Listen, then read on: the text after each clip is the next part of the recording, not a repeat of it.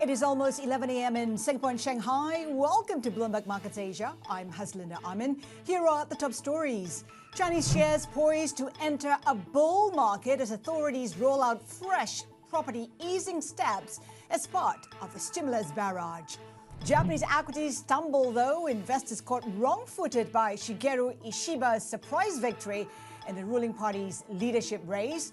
Also ahead, tensions in the Middle East escalating once again after Israel's killing of Hezbollah's leader Hassan Nasrallah, and a big interview of the hour, an exclusive with ANZ CEO Shane Elliott about the business outlook and cleaning up the reputational hit from allegations of trader misconduct. Let's take a look where we are in terms of markets. There's some nerves in the markets as traders await that response from Iran, developments in the Middle East, of course, and how Iran might just respond to that. Still, there is optimism around the global economic outlook given China's stimulus measures. Iron ore, by the way, surging after Chinese cities eased home rules. Also, keep a watch on Powell's speech Monday. It might just give clues on what it might do when it comes to the next rate hike. Taking a look at where we are in terms of the benchmark in the Asia-Pac region, under pressure, down 0.8%. Of course, we've seen gains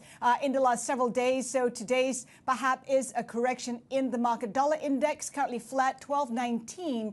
In terms of the big gainers, the CSI 300 index rallying, soaring the most since 2015. Remember that it is coming off its best week since 2008.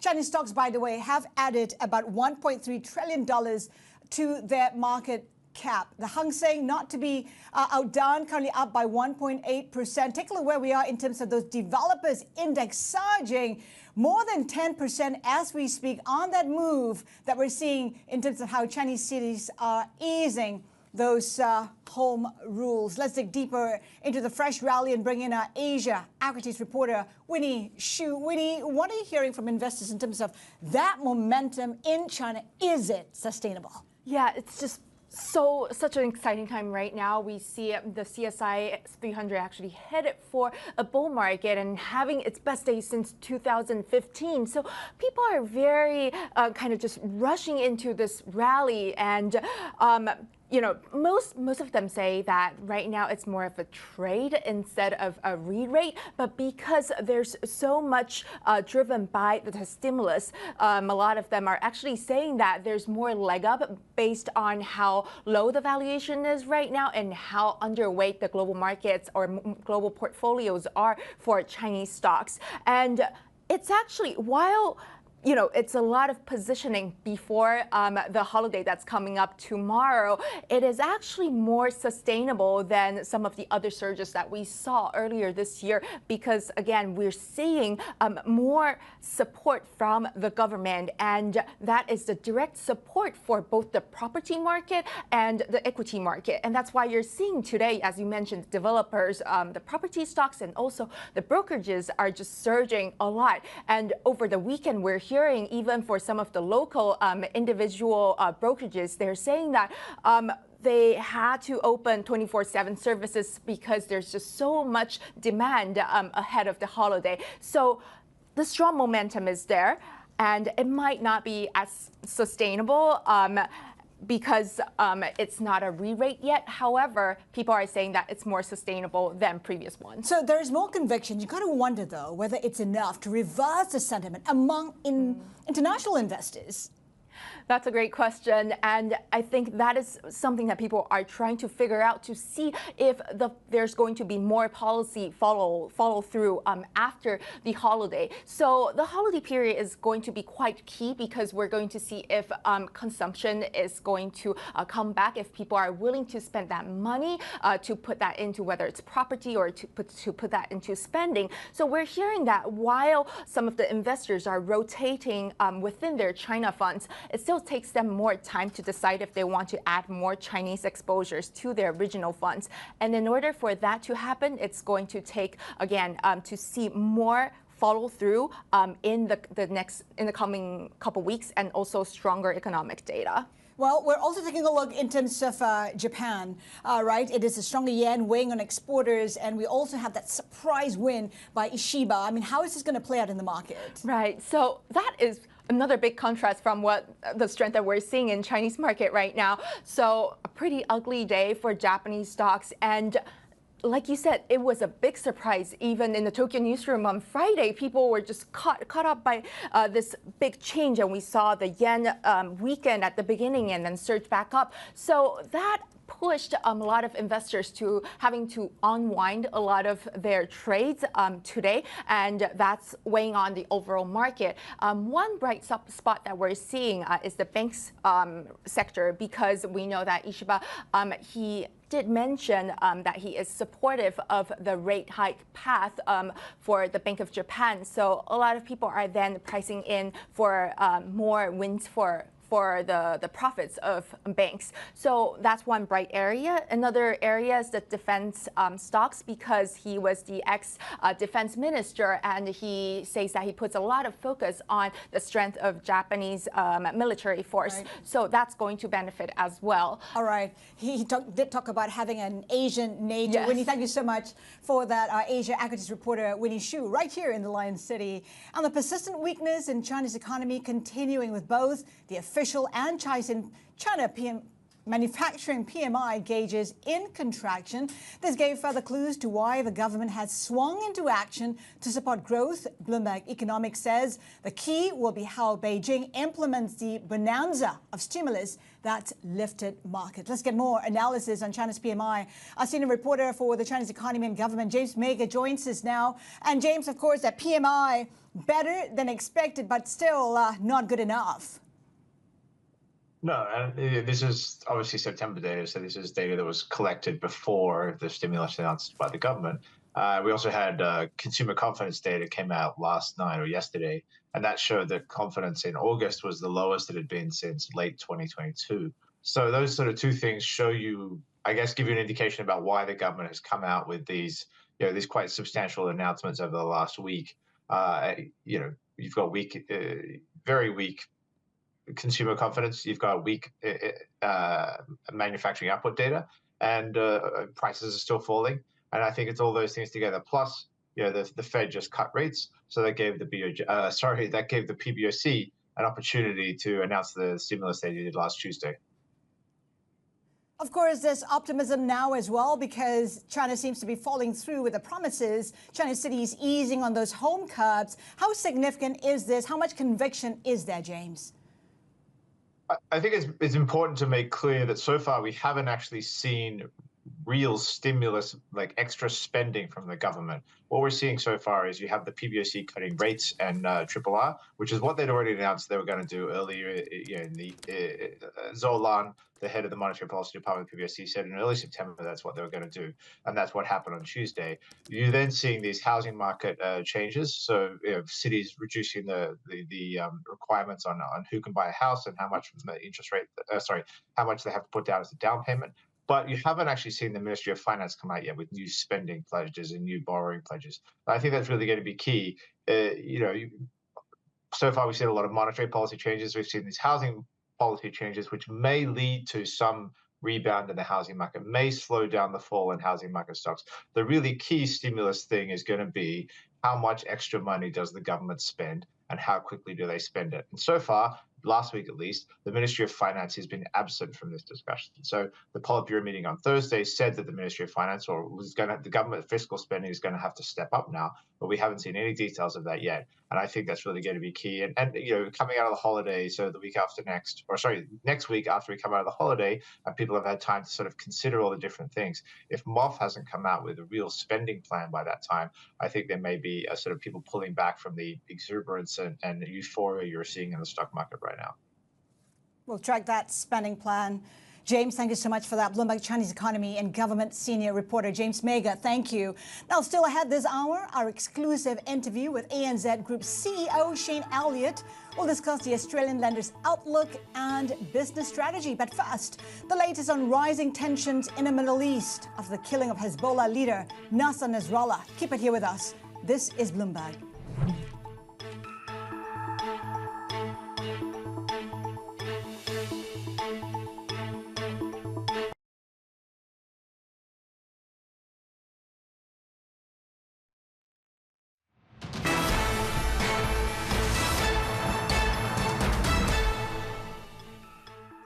Welcome back.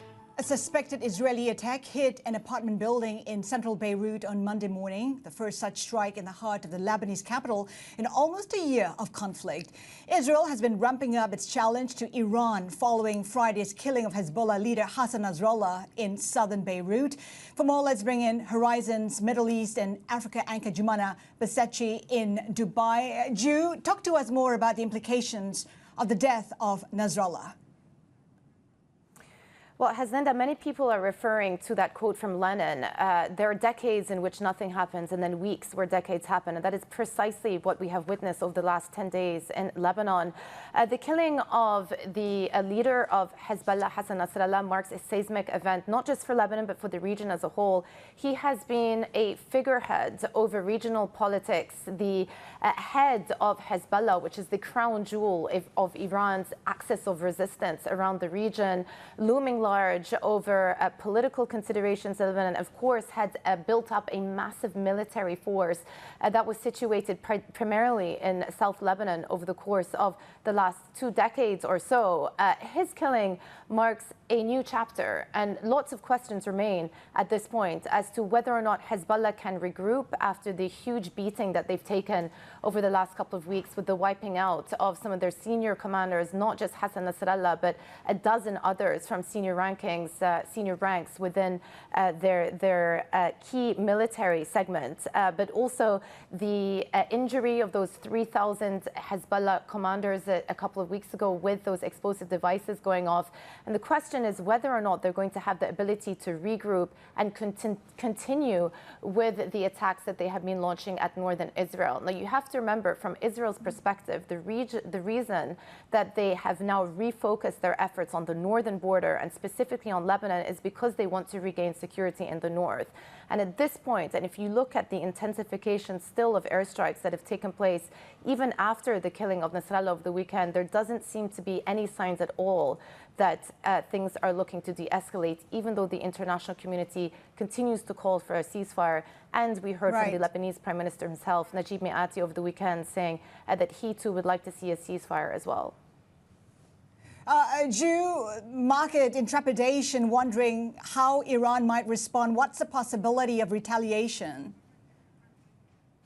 And that is the big question. So far, though, from what we can see, Iran has pursued a pretty hands-off approach. If you listen to the language that President Pezeshkian used in the UN General Assembly, it was one of reconciliation almost. He wanted to extend an olive branch almost with the West to restart conversations about the possibility of removing some of those sanctions that have hampered the Iranian economy. And of course, this has happened before. That all happened before Nasrallah was killed on Friday evening. But then even the comments coming out of the Ayatollah Khamenei on Saturday seemed to suggest that, yes, this was a big blow. He was personally very upset that he lost his friend, but no indication whatsoever that Iran themselves want to get dragged or waded into this conflict. No inclination of sending further support, military support, to help assist Hezbollah in regrouping. And so at this point in time, it is fair to say that the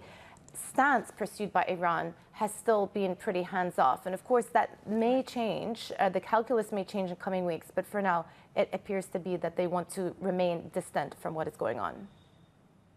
Jumana, thank you so much for that. Horizon's Middle East and Africa anchor Jumana Basechi in Dubai with that update. Well, earlier we spoke with Lowy Institute Program Director Lydia Khalil for her view on whether a ceasefire is still possible with Hezbollah or Hamas. And a lot of signals that there's been that we've become close to these ceasefire deals, but the reality is that we have not come close. That they have not come to fruition because the two actors, whether it's Hamas or Israel and Hezbollah, do not see a tactical interest at the moment in terms of bringing those ceasefire together. I think with this latest blow, it might push Hezbollah to try to maneuver one, but at the same time that might signal a sign of further weakness. Well, our next guest specializes in Middle East strategic affairs with a particular focus on the Israel-Hezbollah conflict, as well as the evolution of the Gulf security system. Jean-Loup is a senior research fellow at the Middle East Institute. This is, of course, quite a turning point, perhaps not just Hezbollah, but the Middle East as a whole. Yes, I mean, there is, let's say, the short-term impact of Nasrallah's killing on the discussions regarding the ceasefire. But on the longer term, the killing of Nasrallah will have an impact on Lebanon, the stability within Lebanon. It will have also a lot of implications for Iran's influence in the Middle East. So we will probably see the impact of that for the coming years. That's definitely a turning point. But it's not like Hezbollah has not experienced this before. It has been here before, where its leaders have been killed, and yet it's managed to regroup and come back even stronger. How do you see this playing out for Hezbollah? True. I mean, the thing is that Nasrallah came to power in a similar situation back in 1992 when the former head of Hezbollah, Musawi, was killed already by the IDF during an operation.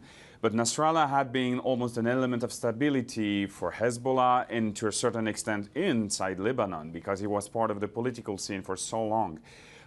The question is if Hezbollah is resilient militarily, politically, after the killing of Nasrallah. So far, we see over the last days that Hezbollah has no intention of stopping its rocket attacks on Israel, and as Jumana just explained, this means that on the short term, we are going to see more of Israeli airstrikes on Lebanon, on Hezbollah's targets because of the Israeli demands with regards to its population in the north that the Israeli government wants to return to their housing and so on. So a very volatile situation, I would say, in the coming days. Jean-Loup, is also about the leadership of Hezbollah. Who takes over, whether it is the cousin, which some people are expecting, or might that leadership come from outside Hezbollah, outside Lebanon itself? I would be very surprised if it's someone outside of Lebanon. The thing is that Hezbollah is two things. It's an Iranian proxy. It was born out of Iran's involvement in the Lebanese civil war, but it is also a very Lebanese product in the sense that it is part of the Lebanese politics. So I'd be very surprised if we see someone that is coming from outside of Lebanon in a way. But the question is, could this mean more Iranian influence within Lebanon? This is too early to predict. In a sense, we'll see probably a lot of tactics, probably a lot of actors inside Lebanon trying to take opportunity. Right now, everyone is being very cautious because nobody inside Lebanon wants to be seen as playing or using the Israeli operation for its own gains. But in coming weeks, probably things will change, and very quickly, because Hezbollah was, in a way, popular among the Shia community. But because of its involvement in a lot of very controversial operations targeting the opponents inside Lebanon, but also involved in the Syrian civil war, there has been a lot of enemies over the years against Hezbollah. So that will also open, in a way, Pandora's box inside Lebanon. We've been talking about how Nasrallah was in power for more than 30 years, has been the stabilizing factor. Might a new leader be more open to negotiation when it comes to trying to achieve a ceasefire in the end? Yes and no. In a sense, right now we don't see that. But the fact that Iran seems not willing to escalate. Iran is more and more reluctant to escalate because it misread the ability and intentions of the Israelis to escalate. Because the Israelis, since October 7, considered that what was the status quo before Hamas attack on October 7 is no longer relevant. It's no longer relevant in Gaza, but it's no longer relevant in Lebanon as well. So right now we see from the Iranians some restraint. Maybe this will lead Iran and by extension the next leadership of Hezbollah to consider that enough is enough. They need to regroup. They need to stop with their rocket attacks on Israel and possibly withdraw their forces from the Litani River. So that might be what we see in coming weeks. But again, so far in the coming days, we don't see that happening. So this will be very interesting and very important to monitor. Interesting that we're talking about a muted response from Iran so far, yet there are voices out there suggesting perhaps what's happened to Nasrallah could in fact unleash that nuclear option for Iran. What's a possibility of that happening? Well, I mean, first of all, the Iranian nuclear program was already indicating a lot of investments from the Iranians regarding the military option, even before October 7. So we shouldn't think that because of what happens with Nasrallah, the Iranians are now interested in the nuclear military option. They were already interested in contemplating or having at least the option of the militarization before that. This is a question that will probably impact, I would say, in the next six months, the discussions on the Iranian nuclear program. At the moment, there is also the other question, which is the next president in the U.S. Probably the Iranians are considering what the elections will mean for the nuclear negotiations. If we have, let's say, a new Trump presidency, of course, this will exacerbate the idea that Iran is going for the full nuclear program, meaning a military program. But again, the idea of Iran getting the military option was already in the air for a long time. It's accelerated after October 7 and in the last months, for sure. How about for Israel in particular? How does it view who comes to power in the White House? Because as it stands now, it doesn't even matter. I mean, there are voices out there suggesting perhaps it's of no consequence what the U.S. wants Israel to do. It will do what it wants to do.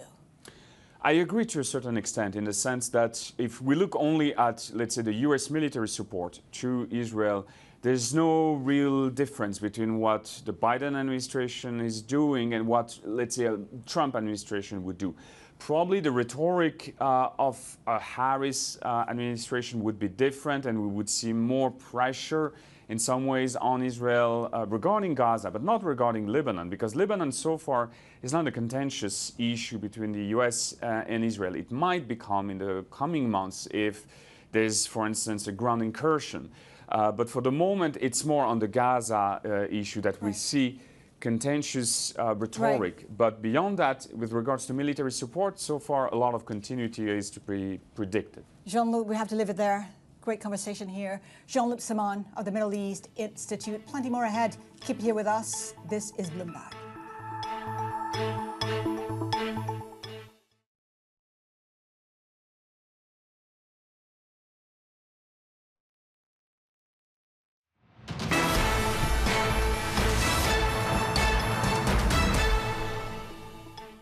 It is risk on for Chinese markets on the back of that stimulus measures announced not just yesterday, but also over the weekend when China continued to ease its housing property in particular, having a solid day. We have Shima property surging more than 15%. CFI Holdings also up by about 16%. Again, that slew of stimulus measures.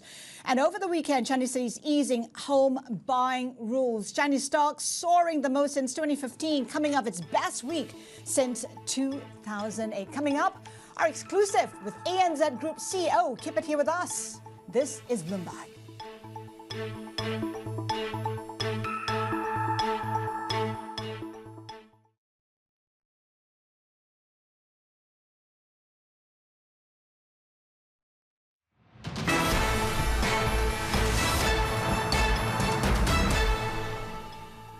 Welcome back. China markets just heading to lunch, and what a day it is for Chinese stocks, in particular property stocks on the back of stimulus measures trying to reverse that property slump in the country. Take a look at where we are in terms of the CSI 300 index surging more than 6% right now. Of course, over the weekend, we had major cities easing those home rules, trying to reverse that slump in the property sector. Shanghai Com currently up by more than 5% right now in terms of the Chinese yuan, 701.39 versus the USD. The fix today was pretty flat. You know what's interesting is that Chinese stocks have added almost $1.3 trillion of market cap. The Hang Seng not to be outdone, currently up about 3% as we speak. There you have it. It is the developers that's providing that support for the Hang Seng index. It is at a 42-week high. And as we talk about China heading to lunch, we have Japan coming back from lunch in the opposite direction. That surprise winner at that election putting a lot of pressure on Japanese stocks. Of course, it is also the story of the stronger yen impacting exporters in particular. Nikkei 225 down almost 5% in terms of the JPY, 142.39. It was 146 not that long ago. Japanese yen currently down by 0.1%. And let's head to Australia. Take a look where ANZ stock is trading. It is in positive territory, up about 0.1%. Of course, when we talk about Australian banks in particular, they've been trading at really high levels. Whether that's justified or not, that remains to be seen. Let's bring in the man who runs ANZ. Joining us exclusively is Group CEO Shane Elliott. Shane, good to have you with us. Thank you. I know you're in Singapore, not very often, but talk to us about what's the focus here in the Lion City. Well, you know, you have to be in Singapore. For a business like ours, we're in the business of intermediating trade and capital flow around Asia Pacific. You have to be where all the action is, and the action here is, of course, in Singapore. But actually, this week we're here because we've been here for 50 years, and we're here to celebrate, see a bunch of our customers, talk to regulators and government about how we continue our growth trajectory in ASEAN and Asia in general, but really importantly here in Singapore. Of course, all coming at a time when it's pretty challenging for the bank, ANZ being settled with some scandals at its trading unit. How is that impacting ANZ? Well, these are pretty serious allegations, and we're working them through as a board, as you would imagine. We're dealing with our regulators. There's a long way to go in terms of our regulators completing their investigations. Where we can, we've already taken action around some of those areas, but there's a long way to go, as I said, and we'll work positively and constructively with ASIC. You said you've taken action. What action have you taken? So one of the issues that we did have, we had a small number of people who behaved poorly against our code of conduct in our markets room, and those people have been dealt with. Some people, they lost their jobs, and we've made changes around the management and other areas of course, in response. The board has suggested perhaps there should be an alcohol ban during office hours. Is there a conclusion to that suggestion? No, there hasn't been yet. That's something we're looking into. And again, it sounds easy, those things, but we've got to also be realistic. And we operate in 29 countries around the world. We've got 43,000 hardworking people. We do have codes of conduct, like most companies, about what's right and wrong, and we expect people to be responsible. Now, we don't want to throw the baby out with the bathwater here. 99% of our people act responsibly every single day and do the right thing. So we're going to go and investigate here. Was this an isolated incident? I hope so, but that's what we're going to go and look into to see if we need to take further actions. But Shane, in your own opinion, do you think it warrants that full ban of alcohol during work hours for your traders? So certainly at work, yes, and in work hours, and again, we say traders, probably, that's a very reasonable thing to do, but we also have to recognise that most of our people are in the business of dealing with customers, are going to events and lunches and all sorts of things. So I'm not encouraging the use of alcohol, but I think a ban would be difficult to implement and actually maintain, but we haven't ruled that out. What I said is, let's go and have a look. We're going to look around the world and say, what do others do in these circumstances? You've been seen as telling your staff that perhaps that public focus on the trading unit is in fact a conspiracy theory. The fact of the matter is that this unit is under several investigations. I'm just wondering how you can put that in perspective for us. Sure. How do you characterize what's happened? Yeah, look, I didn't say it was a conspiracy theory. What I said, I understand there are three issues that we're dealing with at the moment. One was the conduct where 4 people misbehaved, the ones we just spoke about, and have been dealt with. In a separate area, we made a mistake. ANZ misreported some customer information to essentially the issuing arm of the Australian Treasury, which we've apologised for and investigating how did that happen was a second issue. And then the third issue is one that ASIC is investigating, our regulator, to say, in terms of a trade where we had a particular role as a duration manager or the hedging manager for that some time ago, there was some unusual price activity in the market, and ASIC is investigating to see whether we did anything wrong. Now, they haven't made allegations to us at this point. All I'm saying, there are 3 incidents. Some in the media have tried to conflate the 3 and link them all together. And I said, you can understand why that's an attractive theory to say, oh, there's some sort of conspiracy across the all 3. We haven't seen any evidence that those three things are linked, and that's what I was referring to. But that doesn't mean that they're not important, doesn't mean we don't take them seriously. I can tell you the board's very focused on it, I'm very focused on it. We're taking action, we're having incidents looked into, and we're continuing those investigations, and when there's fault to be found, we will deal with it. And people always say that the buck stops at the CEO. Sure. I'm just wondering, in terms of responsibility, I mean, how do you see it from a CEO perspective? Oh, absolutely, the buck stops with me in terms of anything, right? The good and the bad. Just as much as when the good things go well, you take responsibility for those, to the execution of your strategy. And when things go wrong, whether it's directly a result of my actions or not, I understand that I'm accountable. I'm the face of ANZ. I am the chief executive. And so I imagine, yes. Now, the point here is we have to work through and actually uncover what happened, why and how, make sure it never happens again, and then put in place the right things to ensure the banks, and it comes out of this stronger than it would have been otherwise. We know that the authorities have imposed a capital penalty of 250 million Aussie dollars. Where are you with that? Is that done? So that is done. I mean, again, just to remember that all the major banks in Australia have had these overlays, these capital overlays in place over a number of years, some more than others. And so, yes, we were put on an extra 250.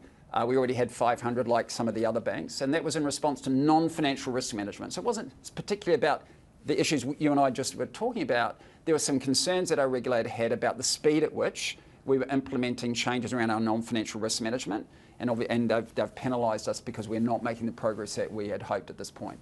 So the worst is over, you think?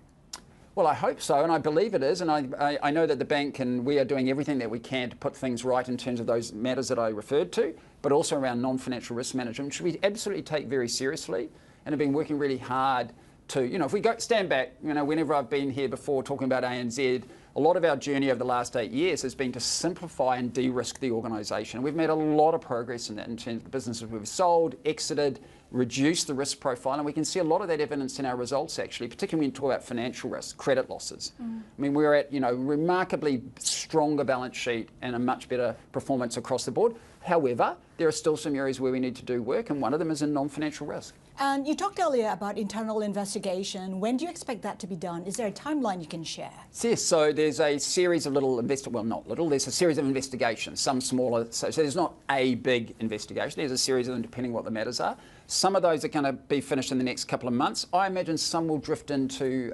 2025, not too far. So there's a series of work and there's a series of actions. We're not waiting for all of those reports to be done. There are no regret things we need to do to get done. We're making changes to individuals, making changes to policies, to oversight, the way we go about our risk management. So I would expect this is going to be the priority of my team and my board, certainly for the next 6 to 9 months as we work these things through. And we'll see where those investigations go and what the reports have. Let's talk about the business. Yeah. That takeover of Suncorp, 4.9 billion Aussie dollars. It is a huge takeover. Where are you with that in terms of managing the two entities? So we're really excited about this opportunity. And I think this is literally a once-in-a-lifetime opportunity to acquire a well-run bank that is completely on strategy with what we do at ANZ. So essentially this will lift our retail and commercial banking operation in Australia by about 20%. So about 20% more customers, 20% more deposits, et cetera, et cetera. So it's meaningful. What we love about this team and about this bank, it's well run. There's a high level of cultural fit and alignment. And, essentially everything that we've acquired at Suncorp Bank, we want. So there's no clean up here. There's no need to exit things, stop things, sell things down. This is a great, simple business. They take loans, take deposits, make some loans to the people that we'd proudly call ANZ customers. Where the real opportunity here is to use this as a platform to grow further. Queensland, which is where Suncorp Bank is based, and hopefully many of your listeners will know a little bit about Queensland, fastest growing state in Australia over the long term. Youngest demographic. This is a young, dynamic economy, and this really lifts our presence there. And we want to take this as a growth opportunity to be where the action is. So that's in retail and commercial, but even more importantly, in a funny way, is Queensland is also reaching out more to Asia. Again, bringing Singapore back into the equation here. Queensland is more outward-looking. Massive trade opportunities there around minerals, around energy, tourism, education, right across the board, and we want to be part of that. The thing is, there's been some problems. Some people say that you've been slow to process applications, for instance, taking 51 days versus 8 days for Macquarie. Is there perhaps an assurance you can give to your investors that you're going to be able to manage this well? And so that data's a little bit outdated. That was a few years ago. Actually, right at the minute, our home loans at ANZ are getting processed in 2 days. That's pretty good. Not the best in class, but we're right at the front end of the queue there, and we've been consistent throughout. In fact, I was just looking at the market share data today, just came out from APRA. We continue to grow share in home loans. A lot of that, I know people focus on price, and price is really important. A lot of it is to do with your turnaround times. You know, people want to know, am I going to get this loan approved? So we've been really focused and heavily investing in that. We've been very consistent in turnaround times, and I'm very pleased with where we are in terms of that. So yes, look, integrating banks is hard. We know internationally, you know that here in Singapore, we know that around the region. It doesn't always go so well. The reason we're confident around Suncorp Bank is good quality bank, not a cleanup. Everything that they do at Suncorp Bank, all the customers we want, and we have a new platform called ANZ Plus, which we've been investing in heavily, which is going to be the home of those 1.2 million customers over the next few years. So we've got a really strong platform and capability to take those If on. things are going really well, Shane, I'm just wondering whether you have more appetite for further M&As. Is there anything you're looking at that would make sense for your growth? Look, you never say no. I mean, I think you've got to always keep an open mind around M&A. It hasn't been core to us. In fact, most of our last 8 years has been in the disposals business. We've sold 31 businesses in order to simplify the business. But you always keep an eye open. And, you know, I think, though, in reality, in my view, in core banking, Suncorp Bank is the last great opportunity for us. When I say last, in the next sort of 5 odd years. But we always keep an eye out. We keep looking. There's a lot of interesting fintech operations that are available, not just in Australia, by the way. One of the great things about Singapore is an amazing fintech capacity and capability here. We'll be talking to some of those partners as well. I don't think anything in the traditional bank sense anytime soon, but there'll always be things where we can acquire capability and technology and new customers. It's hard to talk about Asia without bringing China into the picture. We've seen and we've been reporting, as you heard today, you know, the massive stimulus that China is trying to make right now. There's a sense of urgency. Is it a game changer for China, you think? I don't know about game changer, but you know what's good for China is pretty good for the region in general. We all want China to do better. We all want China to grow, you know, and to develop. It's good for all of us, particularly when you're a trading nation like Singapore and Australia and New Zealand. And so, you know, ANZ, we've been in China for a long time. And, you know, it's core to our network of what we do. Again, how do you grow that? How do you grow that? What new products do you think would be needed in a market like China? So we go where our customers go. So our business in Asia is really following those very, very best institutional customers. So big multinationals of the world, right? The Fortune 500 and their equivalents around. We know who our customers are. We service about just over 6,000 of those institutions. By the way, nearly all of them, there's a misunderstanding about ANZ that we exist to service Australia and New Zealand companies in Asia. I mean, we do, but that is a relatively small part of our business. Our business is supporting the world's great companies, whether they're from Singapore or Japan or the US or Europe or China, operate in this region. And so that's what we do. So we know who our customers are. Our customers are continuing to invest in China. Yes, they're investing in India as well, and Singapore, and Japan, and Thailand, and we'll go where they go. So we've got lots of growth opportunity just sticking with the very best companies in the world. So I don't think it's about, we don't need more customers. Actually, capability, we always need to learn, but there's nothing missing in our toolbox. Our business in China is growing, really importantly from a shareholder. So does that warrant more headcount? Oh, very possibly. You know, and you know, we always. What are we looking at? What time frame and how many? So we have a few hundred people already, and you know, actually Singapore is our largest operation outside of our home markets. We have 760 bankers on the ground here, and you know, China is not in that league, but it's a really important part of our market. What we've been focused on in China is getting the balance rate between our exposures and our risk, our customers, but generating a fair return for shareholders, right? So now we've got our businesses across Asia all generating and contributing to positive returns for shareholders, and China. I have to press you, Shane. How many headcount? And what time frame? Well, you know, give us a number. No, I'm not going to give you a number. What I'm saying is we are growing, and we're growing in Asia, and we're proud to do so. The reason I want to give you a number is the point. What have we learned over the last 5 years is that things change really fast. We need to be flexible. We need to be dynamic and agile. And we need to be able to move with what our customers need. You know, so we've got areas of growth right now. India is a massive growth opportunity for ANZ. You know, that's where we're putting it. But so are more traditional places like Korea and Japan, which tend to get overlooked in a lot of the talk about the, you know, sort of dynamism of the region. And of course, Singapore. So we'll continue to grow and invest, and if that means people, we'll hire more people. And also that China Plus One strategy that most companies are adopting. Shane, thank you for joining us today. Shane Elliott, CEO of ANZ. It is an exclusive here on Bloomberg TV. 11:45, it is when the Indian markets open. Shane did say that it is an important market for him. Let's take a look at how it's shaping up for India. Currently in negative territory, Sensex down 0.4%. India is down for a third day in a row. Not surprising, elevated valuations. Nifty currently down 0.3%. Indian rupee 83.74 versus the USD. It is flat versus the greenback. Coming up, a closer look at Japan's next Prime Minister Shigeru Ishiba, including his comments on the BOJ's rate policy outlook. Keep it here with us. This is Bloomberg.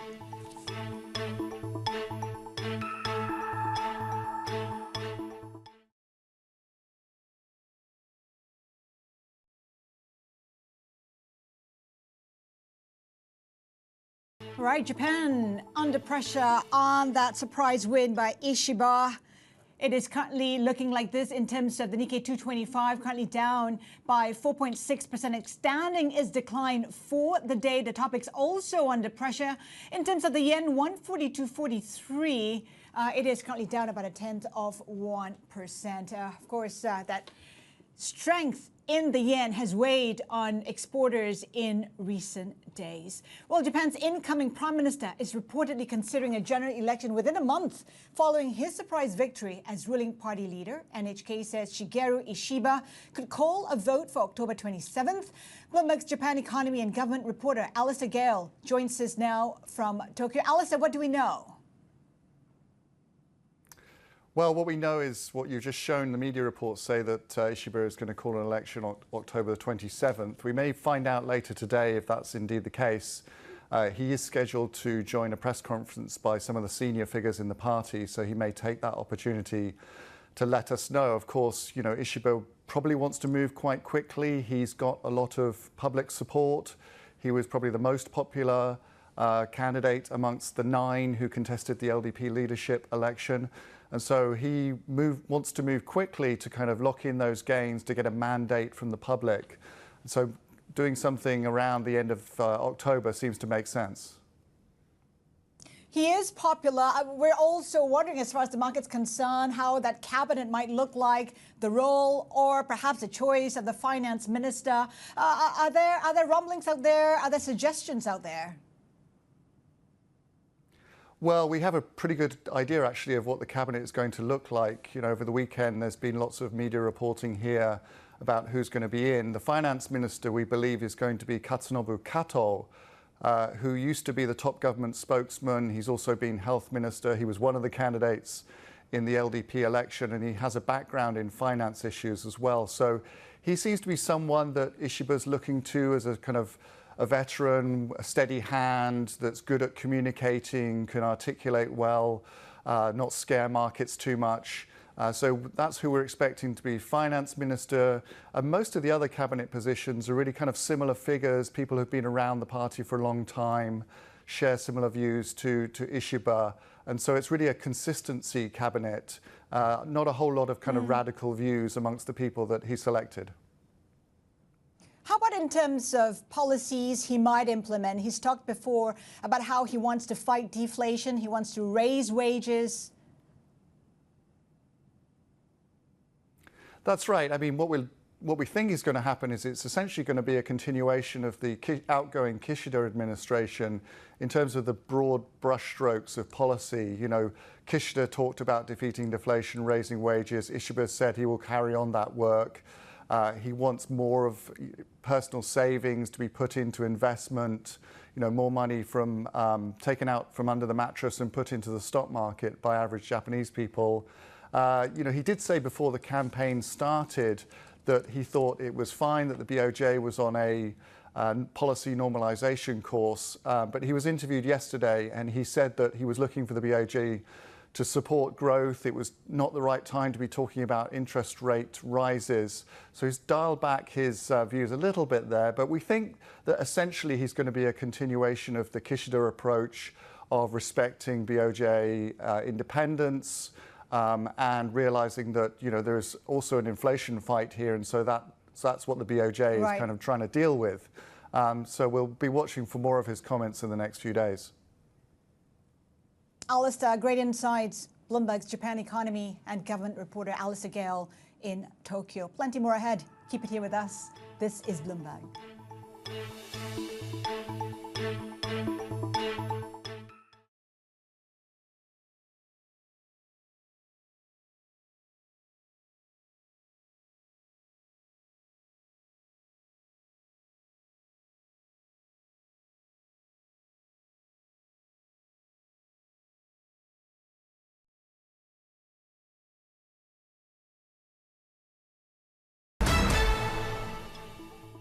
Welcome back. NVIDIA CEO Jensen Huang sees nuclear as a key source to help power the increasing energy demands of data centers.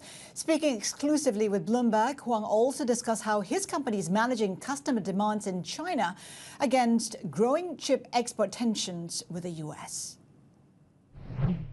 Nuclear is a wonderful way forward as one of the sources of energy, one of the sources of sustainable energy. It won't be the only one. We're going to need energy from all sources and balance the availability and the cost of energy as well as the sustainability over time. Export controls are a big topic as we go into the November election, particularly when it comes to competition with China. Is NVIDIA on track to make a China-safe Blackwell chip? We haven't announced our future products yet, but the first thing we have to do is comply with whatever policies and regulations that are being imposed, supported fully, and meanwhile do the best we can to compete in the markets that we serve. We have a lot of customers there that depend on us, and we'll do our best to support them. Do you think the U.S. should back off on China trade sanctions? Do you think the restrictions are effective? Well, we have to defer all of the policy making to the administration. They understand that the balancing national security versus the prosperity of American technology all over the world. We're exporting American technology, which is really terrific for the United States, that the world is built on NVIDIA, on American standards.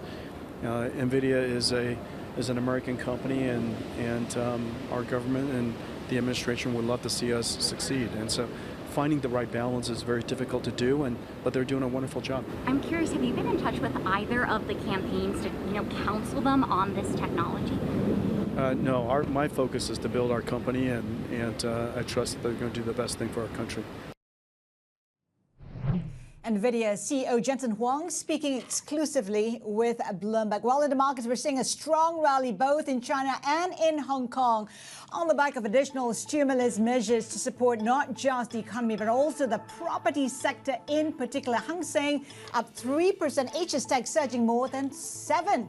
That is it from Bloomberg Markets Asia. Horizons Middle East and Africa is next. This is Bloomberg.